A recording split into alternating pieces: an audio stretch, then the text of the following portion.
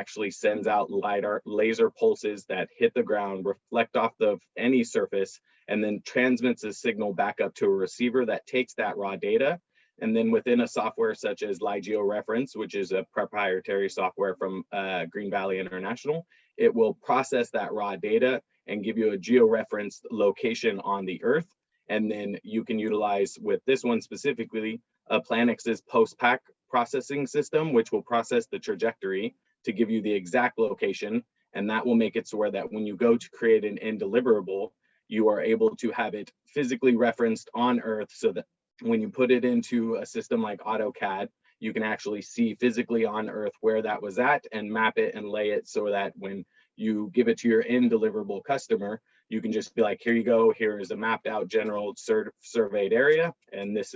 can be used for future construction work or landslide measurements, or again, forestry analysis for the logging industry or environmental conservation efforts.